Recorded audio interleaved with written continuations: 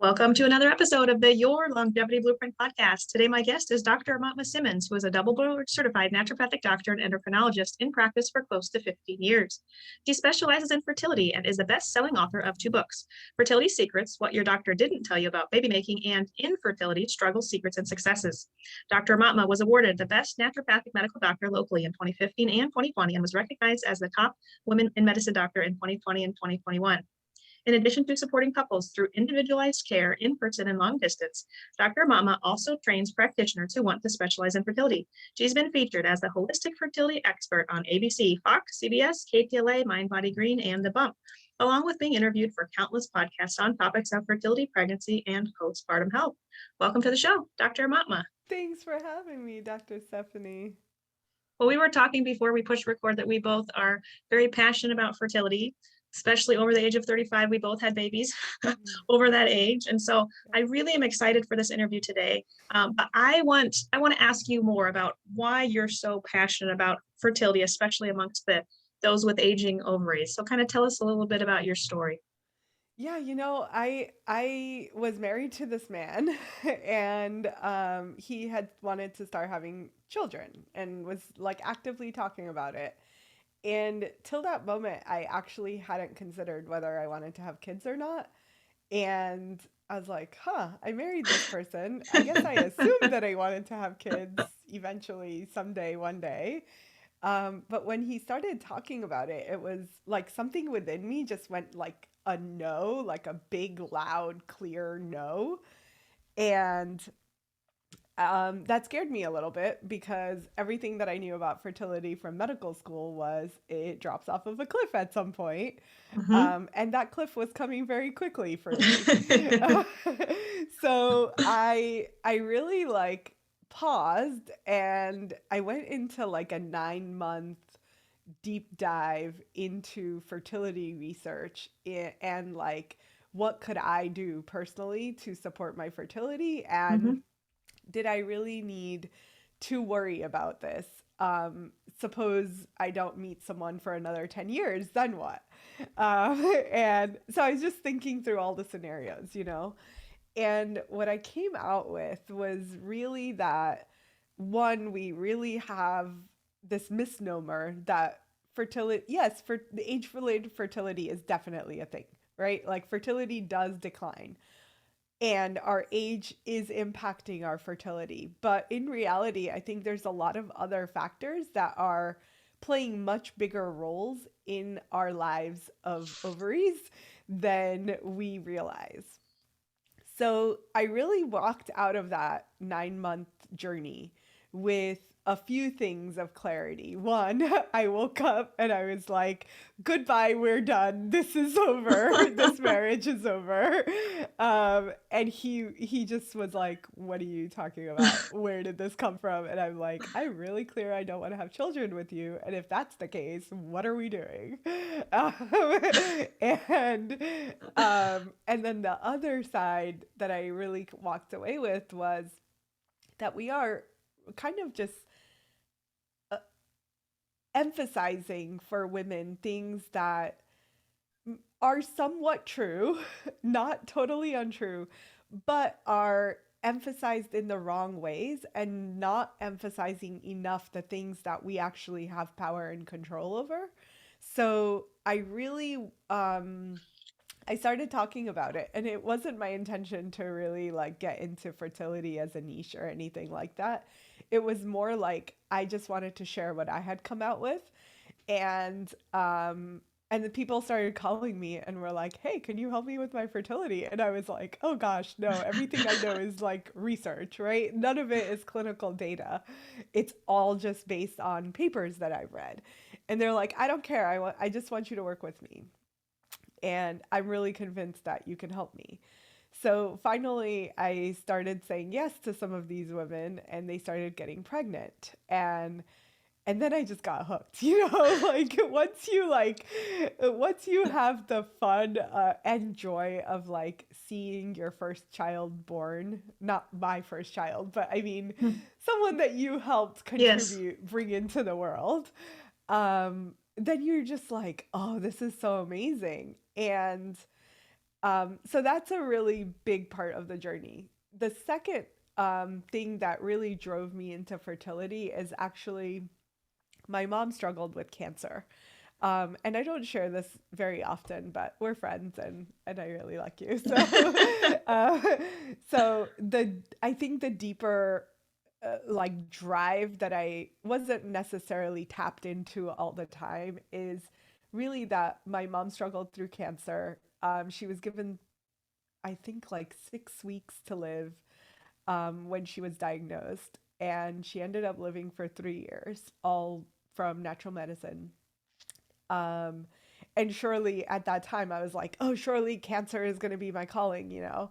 But Yeah. what I realized from that experience was it's so much that the things that are contributing to our society's cancer rates are similarly Mm. contributing to our declining fertility rates. And there are just so many interrelationships and correlations that really drove me into like how do we help support a healthier planet?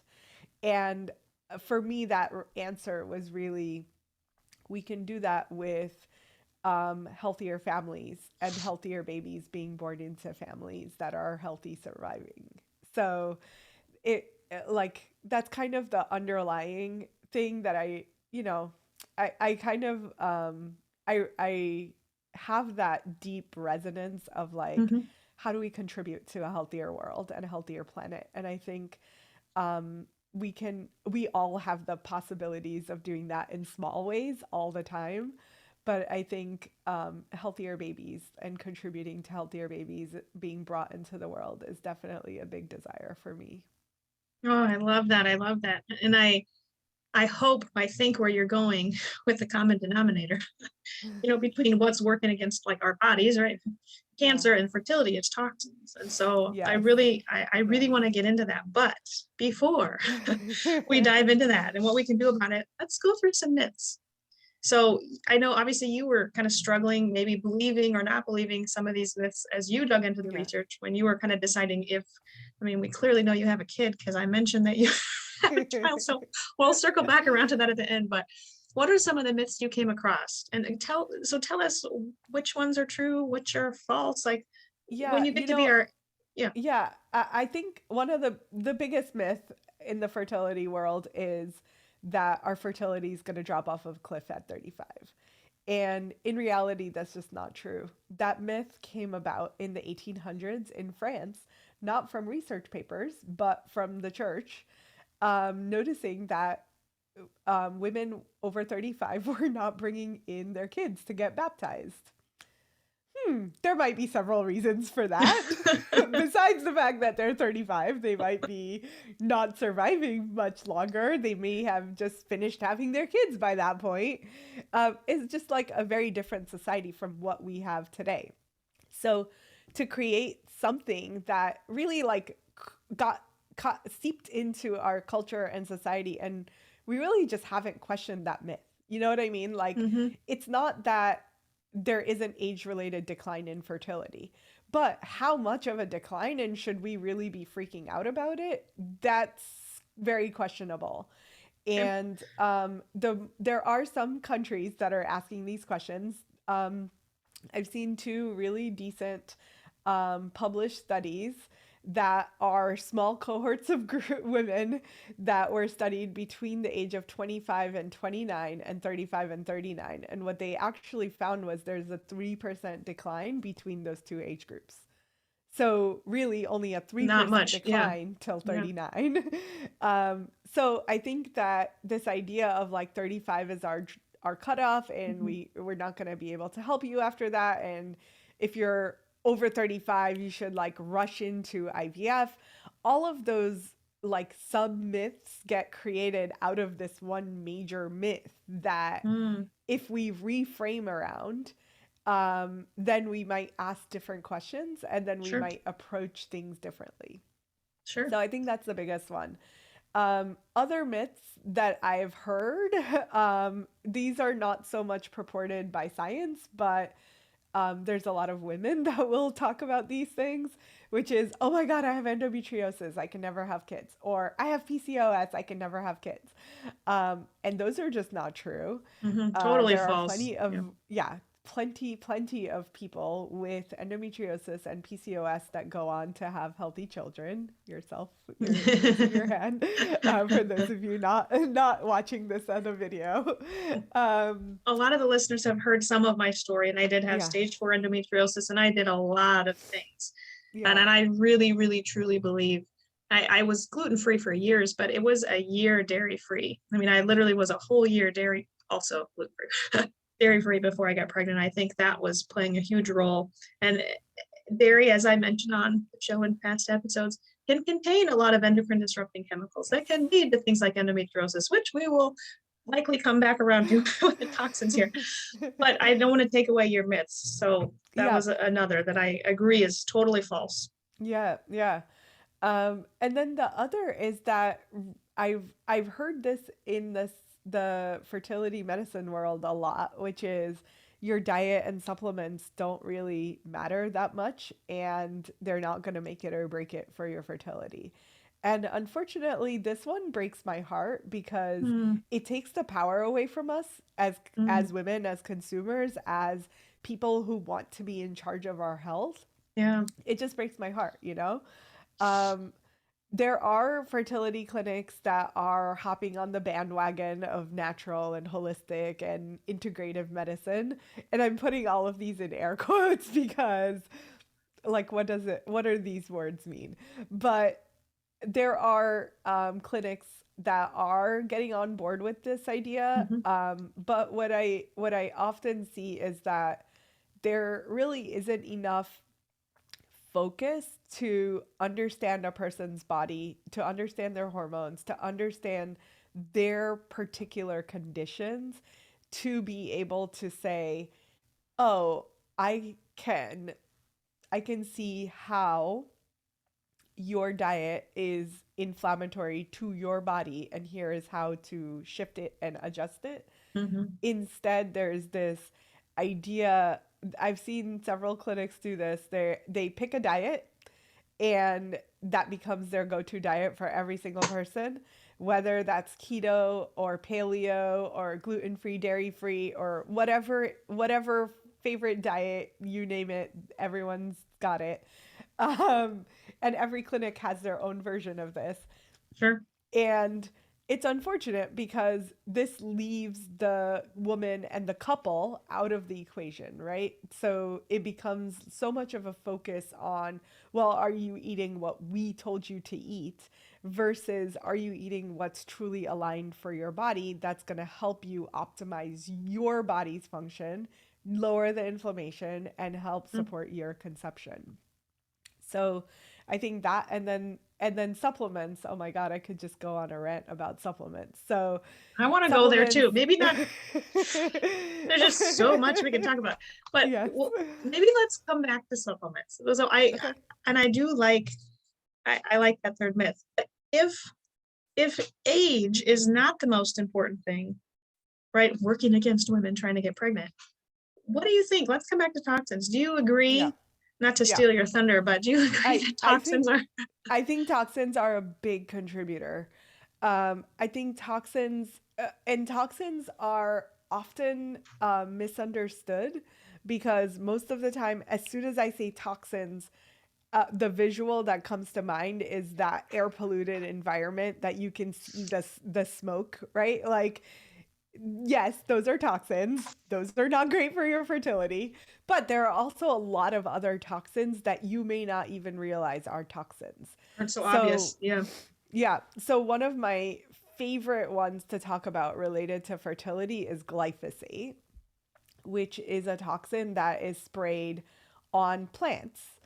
And the number one sprayed plant with glyphosate is cotton, which makes panty liners, pads, and tampons, which we literally insert into our vaginas and has a detrimental effect on fertility. There's study after study after study of how glyphosate is going to affect the microbiome. And the vaginal microbiome is currently like one of the leading areas of study for fertility. So there we're starting to make these connections of how the vaginal, cervical, and uterine microbiome are going to impact the ability to conceive, the ability to carry to term, the like whether or not you're going to have a miscarriage. All of those things are being determined by the microbiome of your local reproductive region. So if you've managed to kill off all the good microbes in there, then you've massively impacted your fertility without even being aware that you were impacting it, from the mere fact that you were putting tampons into your body for 15 years. So what about the companies who claim their cotton is organic?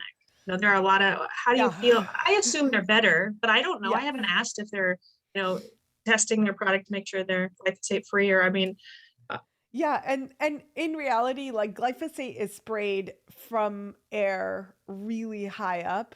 So yes, in theory, your plants could be said organic, but you're literally next door to a field of cotton that's non-organic, and how much crossover is there? It's we don't hard to know. Yeah. quantify.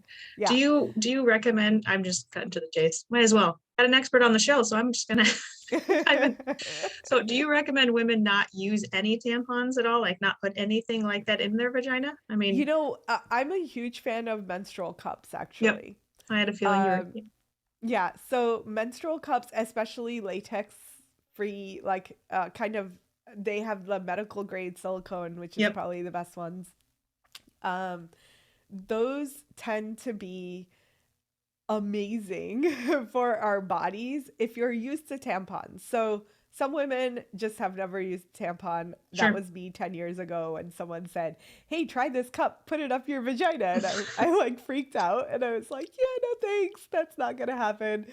And then I ended up trying it, fell in love, because literally from 1 month to the next, my menstrual pain went down by 50% just from switching to a cup.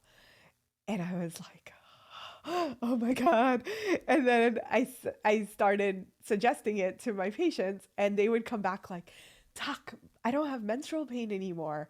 And I'm like, just from switching to a cup, like, that's amazing to me. Mm-hmm. Mm-hmm. I feel like it probably, like, I never use tampons, but pads are still close enough to our reproductive area, and that the mucous membranes of the nether regions is very absorbent, and is going to suck up all of those toxins. So whether it's pads or tampons, still have to be very diligent. Yep. If you prefer pads, things like companies like Thinks, that makes an Mm-hmm. organic version of their panties is Mm-hmm. great. There are other like menstrual panties out there that you can look up. There are like organic cotton reusable pads. Like take your pick, right? Like we're living in a time of innovation where there's Yep. access to just so much. So you just have to find the right fit for you. But I think there are a lot of other options. And because part of my purpose is how do we create a healthier planet, getting rid of the menstrual product waste is a side bonus Sure. to Sure. supporting our health and well-being and Makes our sense. Yeah. fertility. Okay, so back to toxins. Glyphosate is a huge one. What are some Yeah. others? Um Gosh, BPA of course is like, I don't know. I feel like everywhere you go, we're hearing about it. But BPA, BPS, BPF, those are all relatives of the same component. And BPS and BPF, which are often used in BPA free products, Mm-hmm. are actually more toxic to our reproductive system. So, yes, they've taken out BPA, they can call their product BPA free. And now you have yet another thing that is probably not so great for hormones and fertility. So, And those are kind found of, in plastics. I mean, yes, so just found for the in listeners, plastics. yep, Yeah. yep. Found in plastics, the lining of aluminum cans. That's a big one in terms of how it's sneaking into our bodies.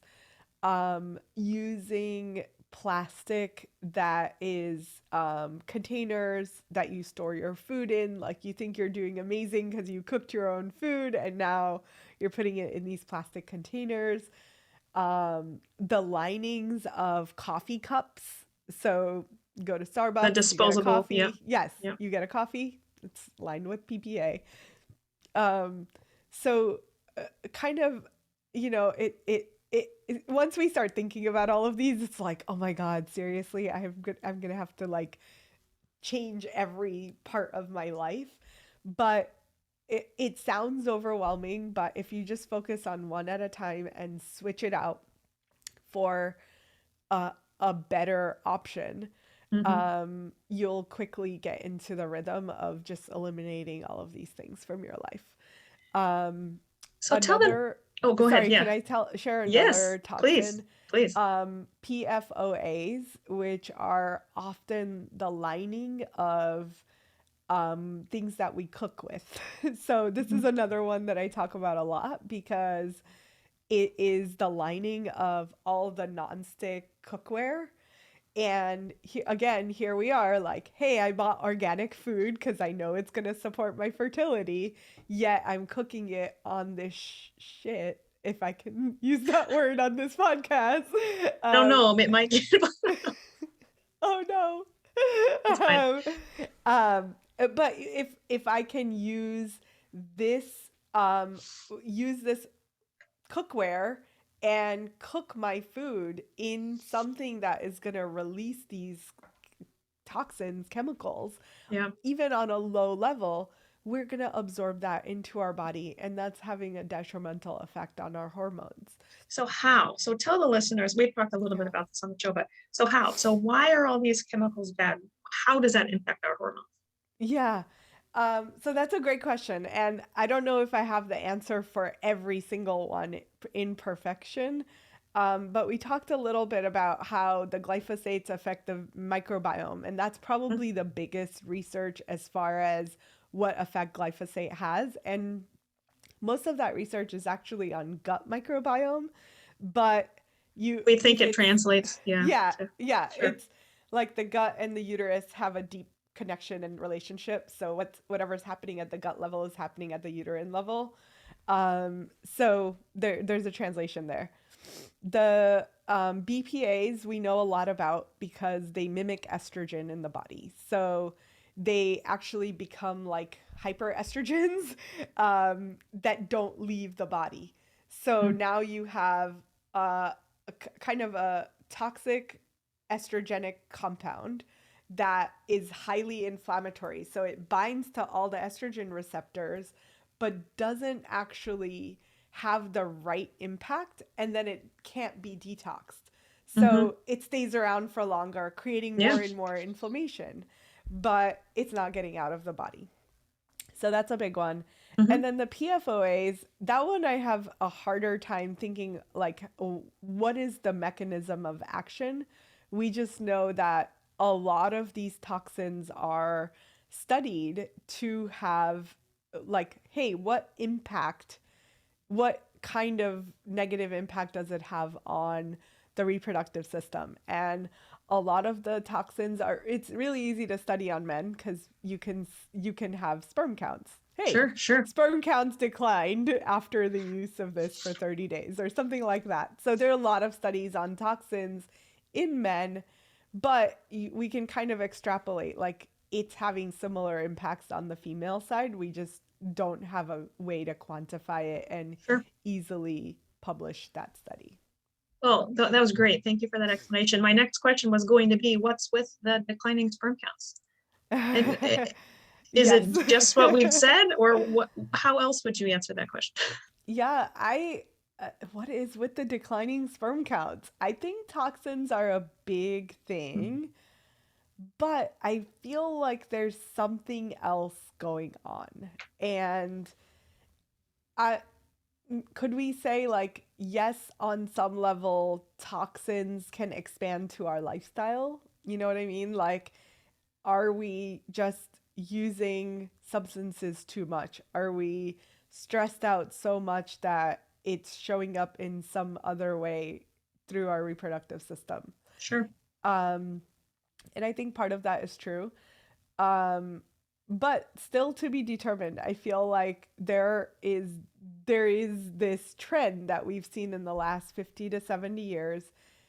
Male average men's sperm counts went from 120 million, which is the average for a healthy male, 75 years ago, to now what's considered average is 20 million.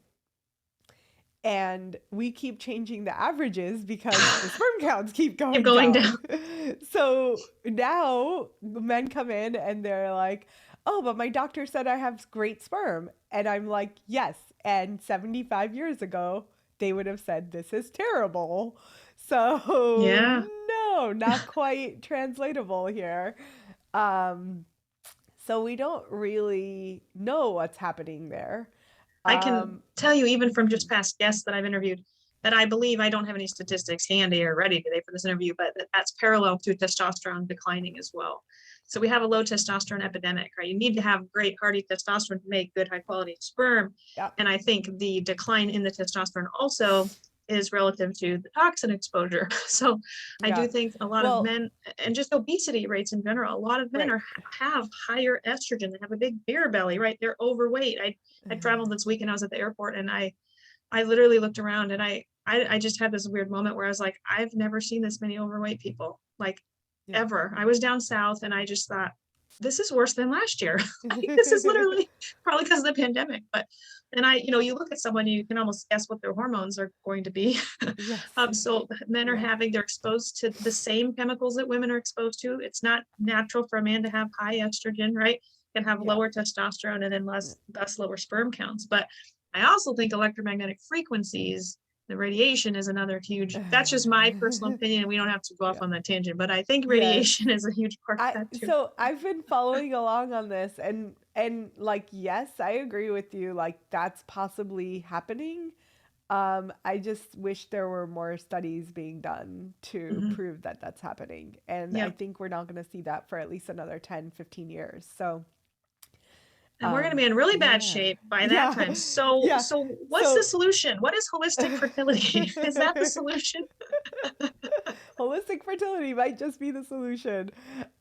Because like I feel I walk that line of balance, right? So I'm not going to be the doctor that's out here like, you need to be off of all EMFs and you can't use your cell phone and you can't use a laptop, and we would just go crazy, right? Like, I'm sorry, but we're living in a modern world.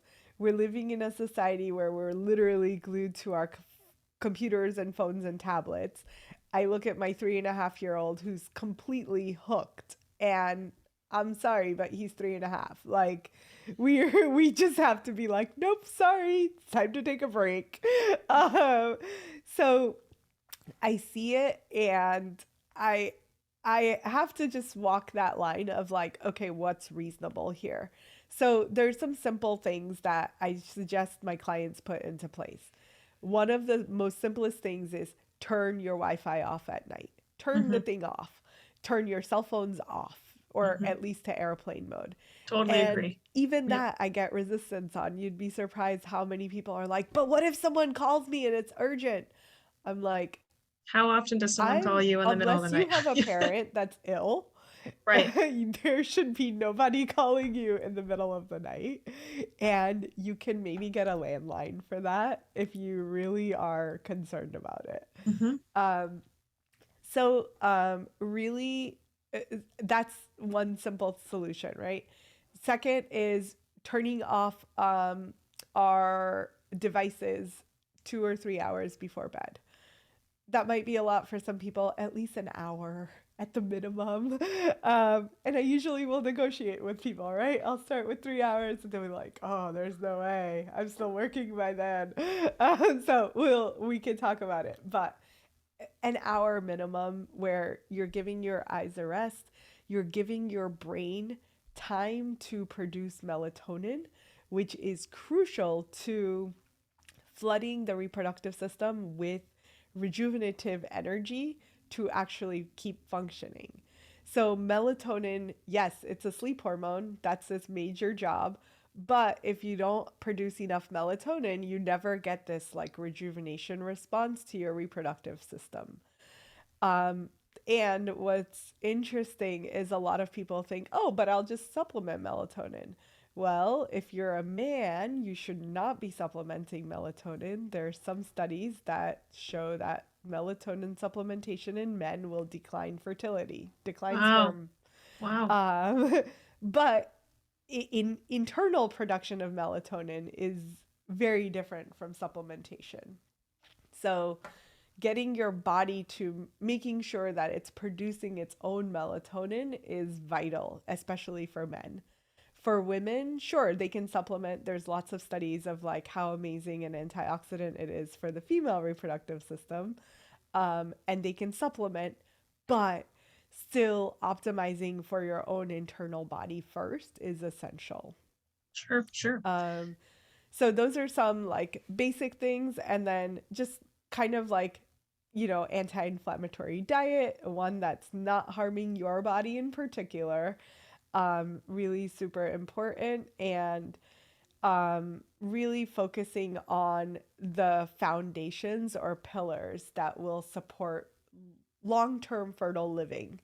So that can mean everything from, hey, I've optimized my sleep, my water intake, my food. I eat at least 30 plant foods per week, getting a diversity in our diet, like things that you've heard a million times. Start applying one thing at a time, and just like for the next 30 days, I'm going to focus on making sure I get 30 plant foods every single week. Then I'm going to focus on my sleep. I'm going to focus on whatever else. So by the time you get to the end of this year, you've really put into place a fertile lifestyle that's going to support your fertility for later in life. I love it, love it. I want to go back specifically to aging ovaries. So Mm-hmm. I know a lot of aging individuals are told that egg quality declines with age. And I think, at least based on my reading and experience, that's where its antioxidants can come into play and help. And I know you've mentioned some antioxidants. So I guess I'm asking a couple questions here, but I want to go back to just tips for helping the ovaries age well. And maybe that's going to involve some supplements, because I want to make sure I don't forget to circle back around to what are some healthy supplements for men and women for fertility. Yeah. Okay. Yes. So supplements can be very helpful in preventing age-related fertility decline for the ovaries. Um, I would say there's a few things that can be helpful across the board, and then there is a big need for individualization even Of on course. that path, Sure. because so many times people are taking like all of the popular supplements only to be like, but I'm still not pregnant. And then they'll come see us, and I'll be like, yeah, because you don't need that one, you need this other thing. So I always say that because I'm like, there's at least 500 antioxidants that our Wow. body needs, and you can't possibly supplement all of these things, right? So Yep. And you your cannot supplement foundation. yourself out of a bad diet, right? Everybody says Yes. that. So I love that you're saying eat the dark, green and the pigmented, fruits and Yes. vegetables. Like you Yes. gotta eat well. But on top Yes. of that, Yeah. another layer of help is Another layer supplement. can be Yep. supplements. Yeah. Yep. Yeah. So some of the popular ones for fertility, CoQ10, of course.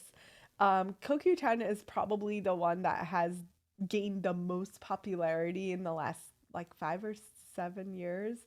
Um, if you're not taking CoQ10, it's always a surprise for fertility people. Um, and sometimes people will freak out because I'll be like, well, you've taken this for 3 years. You don't need this anymore. Let's give you something else. And they're like, oh my God, you're going to take away my CoQ10. I'll never get pregnant. And I'm like, I promise you'll be okay. So CoQ10 is a popular one. Alpha lipoic acid is a popular one. Um, Carnitine can be a good one. Myo-inositol can be a good one. Probably my favorite is glutathione. And there was a lot of debate about whether or not glutathione could be absorbed orally. So, yes, it's not as absorbable as IVs, but it's still relatively absorbable depending on how it's made. So, glutathione is not one of these, like, let me just go to Walmart and pick it up off the shelf, because you will not be getting a good glutathione there. You really need to make sure that you're looking for a liposomal glutathione that's more absorbable. And most of the time, they're going to not be in capsules, unfortunately. They're usually like thick liquid jelly things. They don't always taste great, but they work really, really well. So, glutathione tends to be at the top of my list. And then NAC, if you're like, oh, glutathione's expensive or whatever, NAC is a precursor to glutathione. So, that Yeah. one will also work. I totally agree. And I've tested, I mean, we carry all different types of glutathione here, obviously very, high quality. But I've tested many patients' glutathione levels, including myself, before and after various supplementation, and I see levels skyrocket. So I know that it is getting absorbed. So, Yeah. but I agree with what you said there, and I cut you off Yeah. again. So And no, that's fine.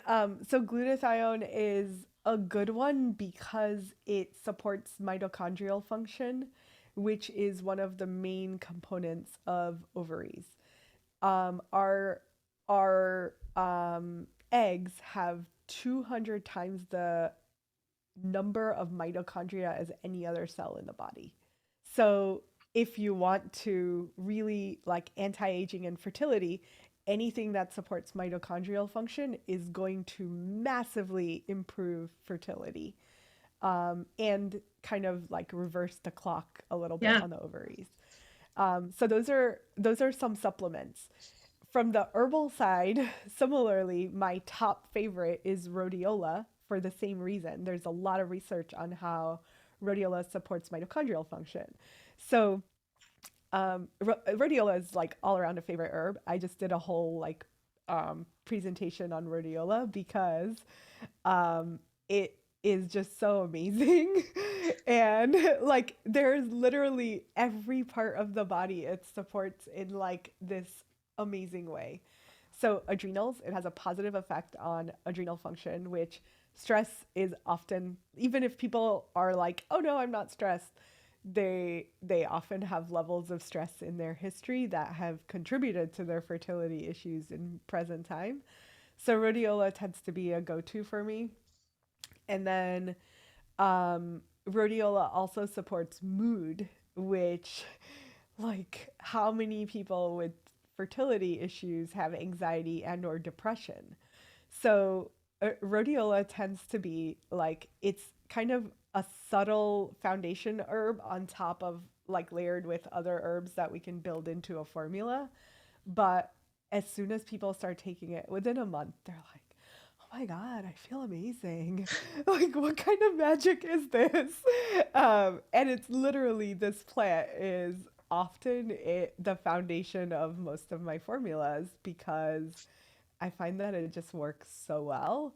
And why not? Like, we want to be supporting ovary, mitochondria, and egg function as much as possible.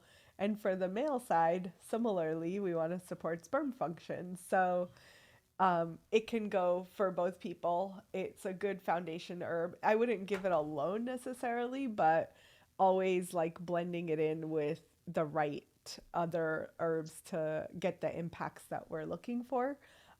It will go a really long ways. So rhodiola is a favorite, and then ashwagandha is probably my other favorite. And ashwagandha, I know we've talked about it offline a little bit. I love ashwagandha. Yeah.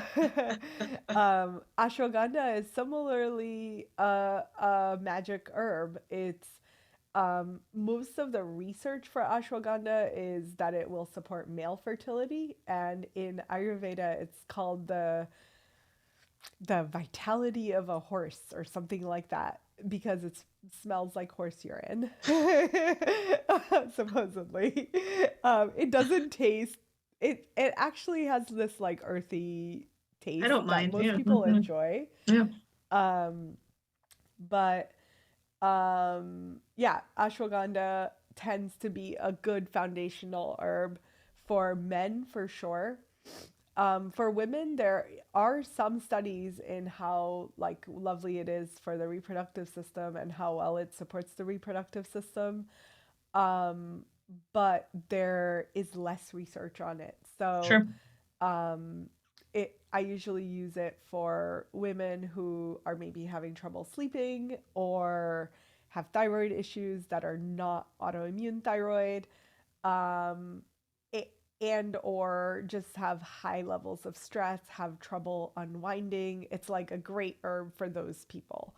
So and I tend towards the traditional preparation, which is take a teaspoon to a tablespoon, depending on the dose that you need. Put it into warm. Ayurvedic would be put it into warm milk. We don't do milk. We're dairy free, just like you. Yeah. So put it into warm nut milk or warm water with a little bit of fat, some black pepper, mix it up and have it as like a nighttime tonic that you drink before bed. Wonderful. Wonderful. So I suppose you use all kinds of herbs, being that you're a naturopath, kind of based on what needs patients have, right? Based on like hormone levels. So Yeah. tell me what tests, what lab tests patients and listeners should really know to help empower themselves, with having this more fertility knowledge. Yeah, absolutely. Can we pause for 1 second? Just cough. Yeah, we'll edit this out. I'm not Okay. going to stop the recording. You just cough Okay. away or blow your Okay. nose or Okay. I'll be right back. whatever.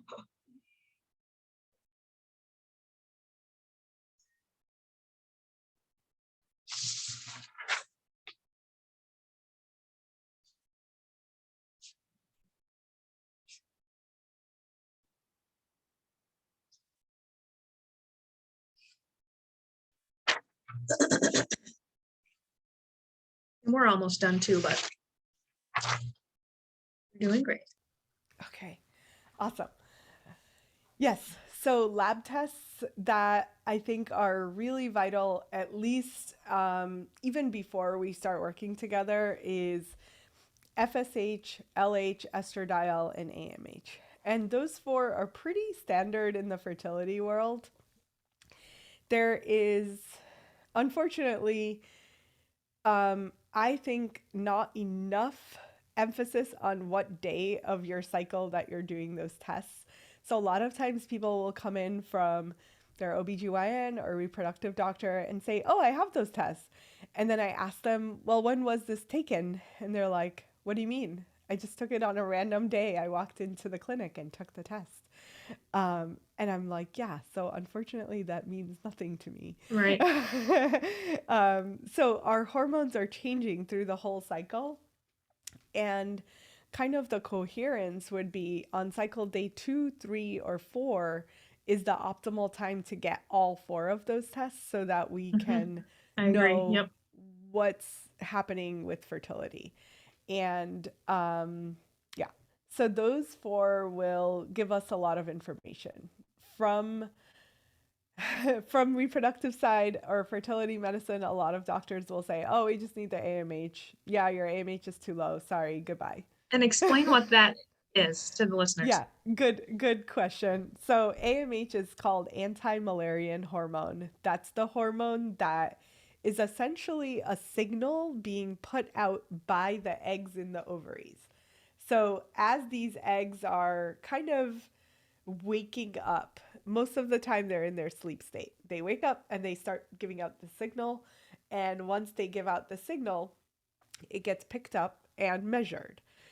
Now, the assumption is the higher the signal, the more eggs there are in the ovaries.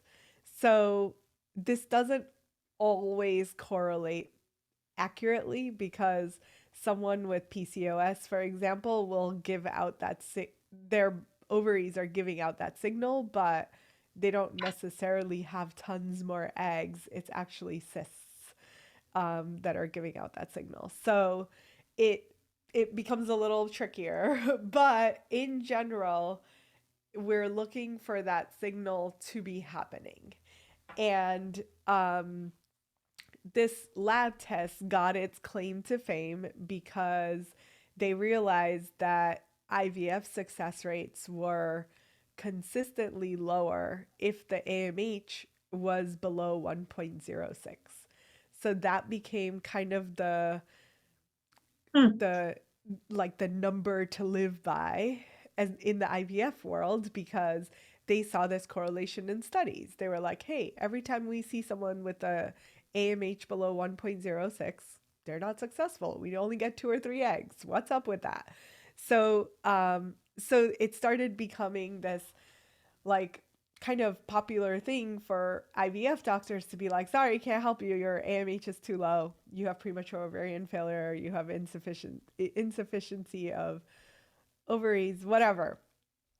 Unfortunately, it got translated to mean you cannot have babies, or you don't have fertility, or you don't have any time on your clock. It's not actually true. So AMH, yes, AMH will correlate to a declined success in IVF rates, but that doesn't mean you can't get pregnant. Um, and that's a really big distinction, right? Because Yeah, a yeah. lot of times people are like, oh my God, no, if that number is too low, I'll never have a baby. It's like, we have plenty of people who started working with Hmm. us with an AMH of zero point 0.3 and went on to have not one, but 2 children. So, and these are people that were literally written off by the Western medicine world, that were told, sorry, you'll never have It's not babies going to with happen. your Yeah. own eggs. You need an Mhm. egg donor.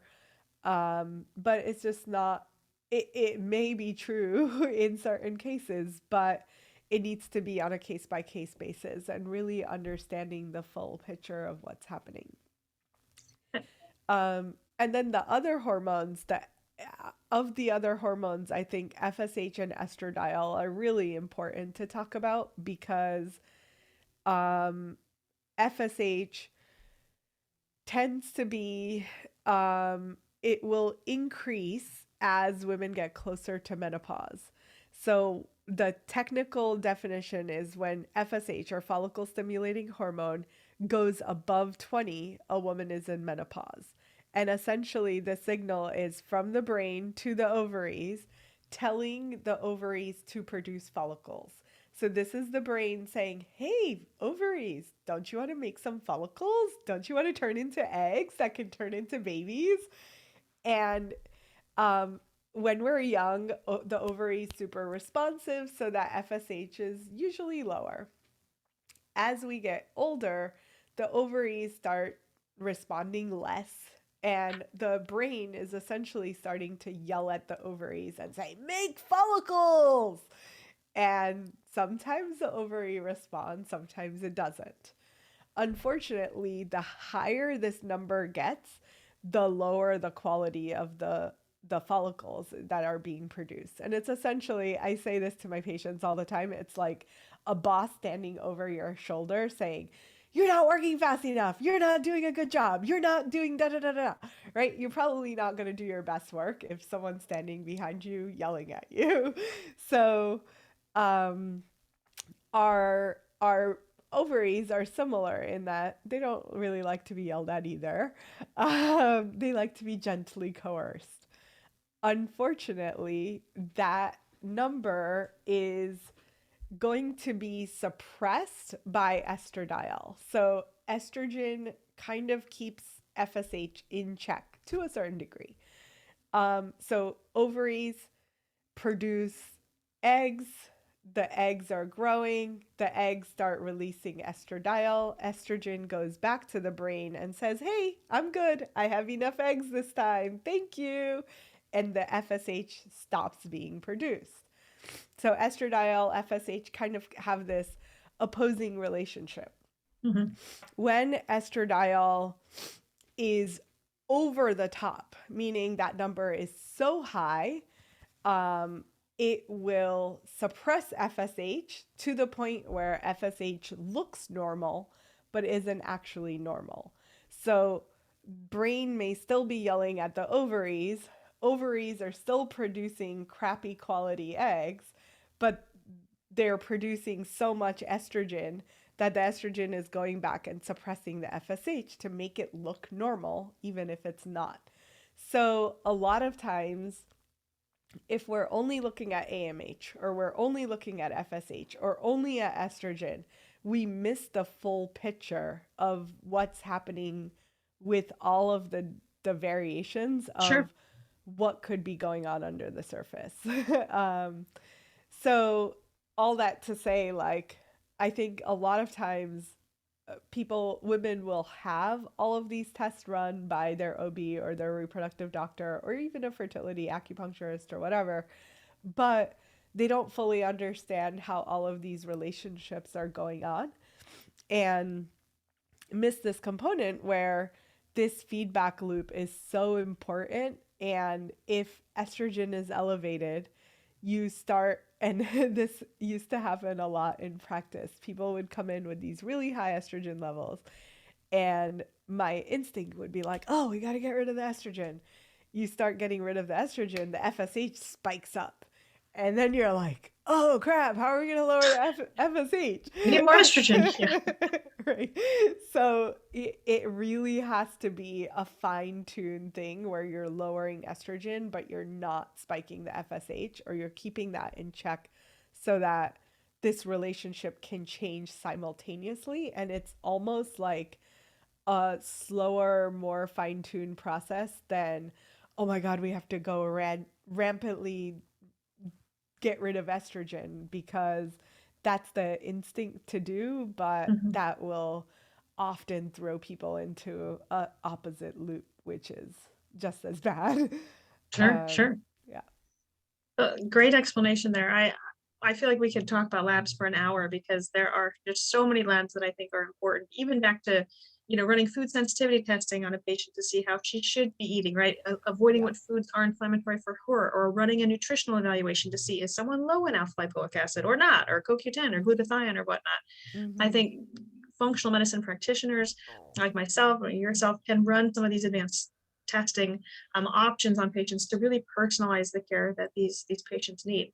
Yeah. So if if patients, I keep saying patients, listeners, listeners are already pursuing fertility treatments like IUI and IVF, what are some of your top tips to help their success? Or have you pretty much, already mentioned that? Is everything that you're saying applying to those individuals as well? Oh gosh, yes, everything does apply. And I think that there's a couple of things that people on the track of IVF or IUI should be aware of. And I would say that every cycle is information that should be being analyzed so that you understand and can break down, like, oh, I went through this IVF cycle. I got 12 eggs that were developing, but only 5 were retrieved, only 1 was normal. That gives us a really specific set of information that can be broken down. And before you go back for your next cycle, you really optimize each of those things so that your next cycle can have a Good point. different outcome, right? Yeah. So I think, like, you just went through this really expensive process, and like, I just had a moment of this 3 weeks ago. I was talking to this woman. She's been through 9 IVF cycles. I Oh my could not believe goodness. it. And I've talked to women who have been through 5 and 6, Yeah. but 9 cycles, I just was flabbergasted.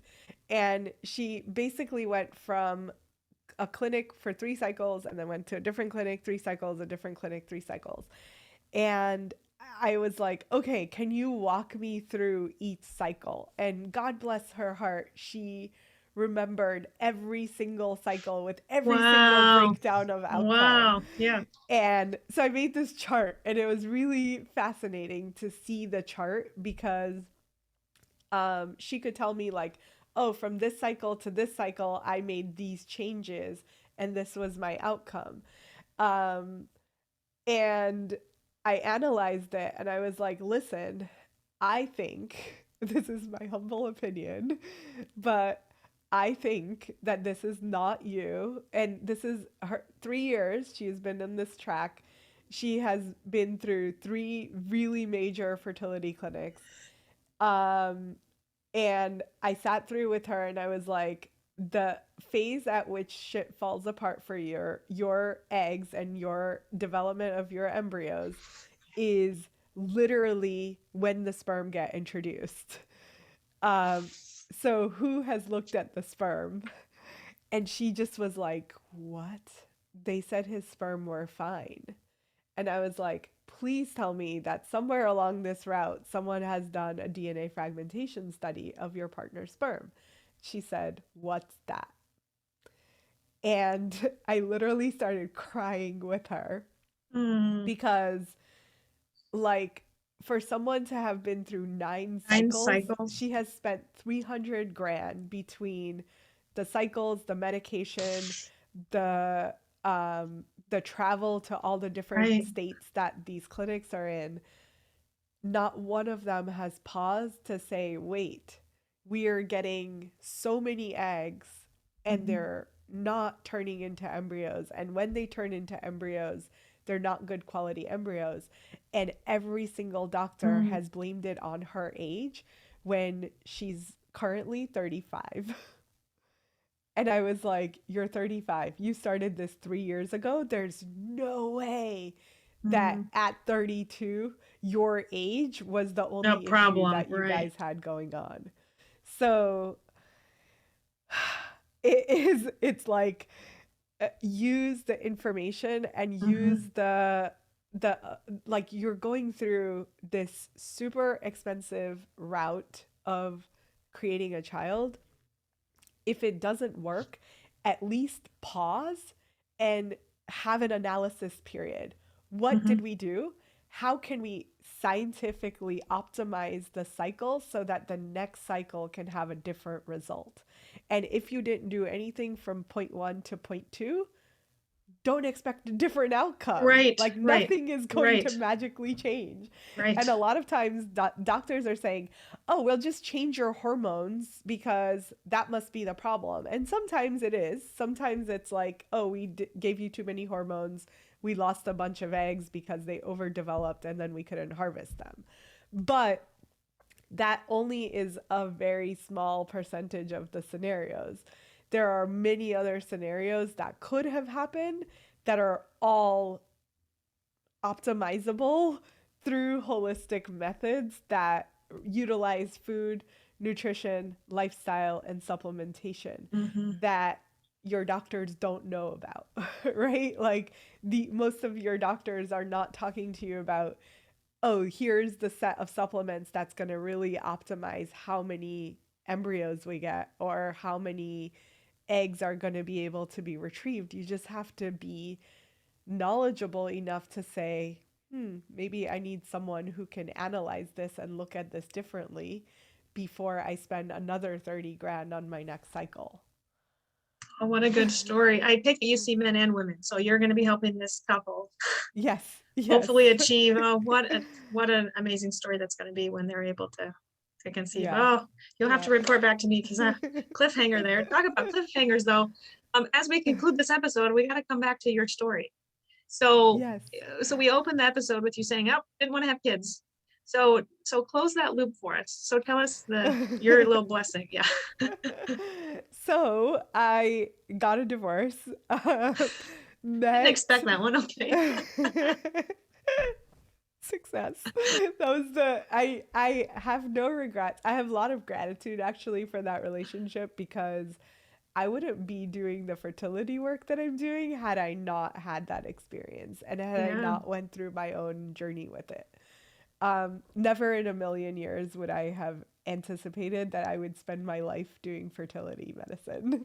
Mhm. So many blessings through that. Luckily, I it took us like 9 or 10 months to separate and move out and move on and all of that. 3 weeks after that, I met the love of my life, who I'm currently married to. And I think we waited like 5 years, 6 years, or something like that to have a child. Um, and of course, this would be my story. I a year before I knew that I would be ready. So it took me a long time because he was like, "Let's do this. Let's have a child. Let's have a child. Let's have a child." And I was like, "Soon, maybe soon. I'm not ready yet."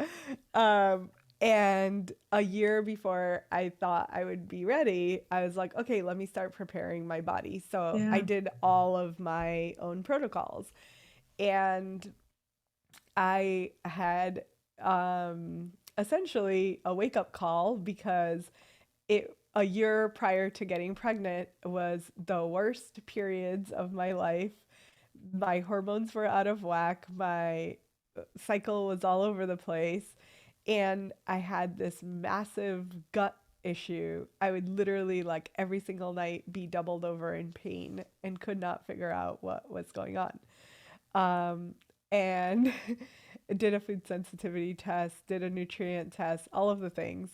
And essentially, the top three sensitivities were things that I had added in to support my fertility that I was massively reacting Interesting. Very to. interesting. Yeah. So I was like, what? Like, here's what I think I'm doing for my fertility, and it's hurting me really big. Um, so I had to change how I was doing those things. Within 3 weeks of getting the results and making the changes, I was like, oh my God, the pain is gone. I'm better. My cycles are better. And like things improved very quickly. And then of course he continued to be like, is it time? Is it time? Is it time? And when I finally said, yes, it's time, we got pregnant. Wow. Um, so Wow. yeah, it was it.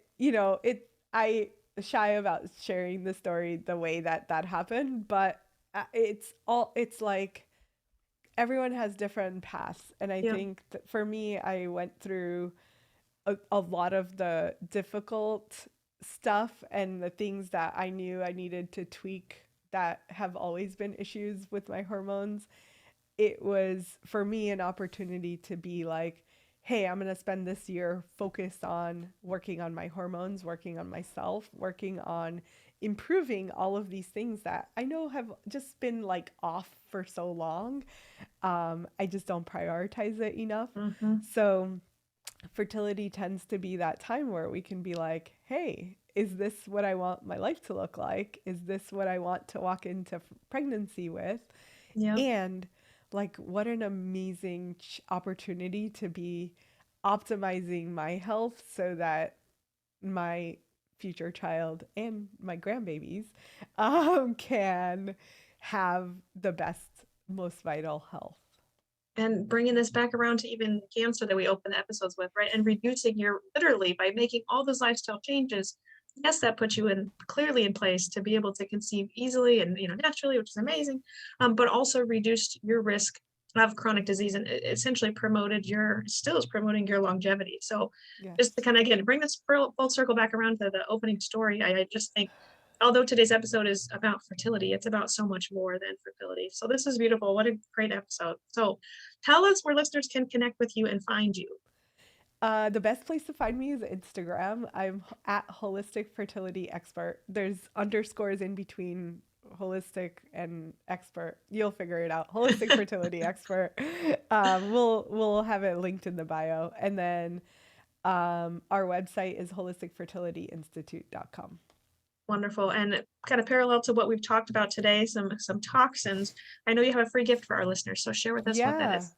Yeah. So, one of my favorite things to talk about is toxins because it's such a big contributor to fertility issues.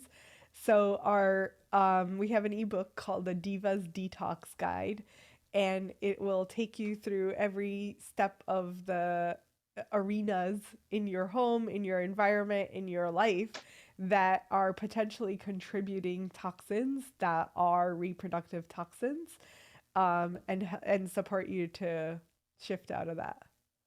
I love it, love it. We'll post a link to that in the show notes. Okay, long episode here, but I have one more question. What is your top longevity tip? Sleep. Sleep is the best way to increase longevity. Um, yeah, I above all else, get good sleep. That's the most common answer I get. It's clearly that important because most people say that. Well, thank you so much for coming on the show today and really dispelling myths for fertility over the age of 35. I personally appreciate that. And I'm so glad that we have our happy endings. And if you're a listener and you want to work with Dr. Aumatma or myself, you know where to find us. So let us help you with that happy ending. Thanks for listening. Take care.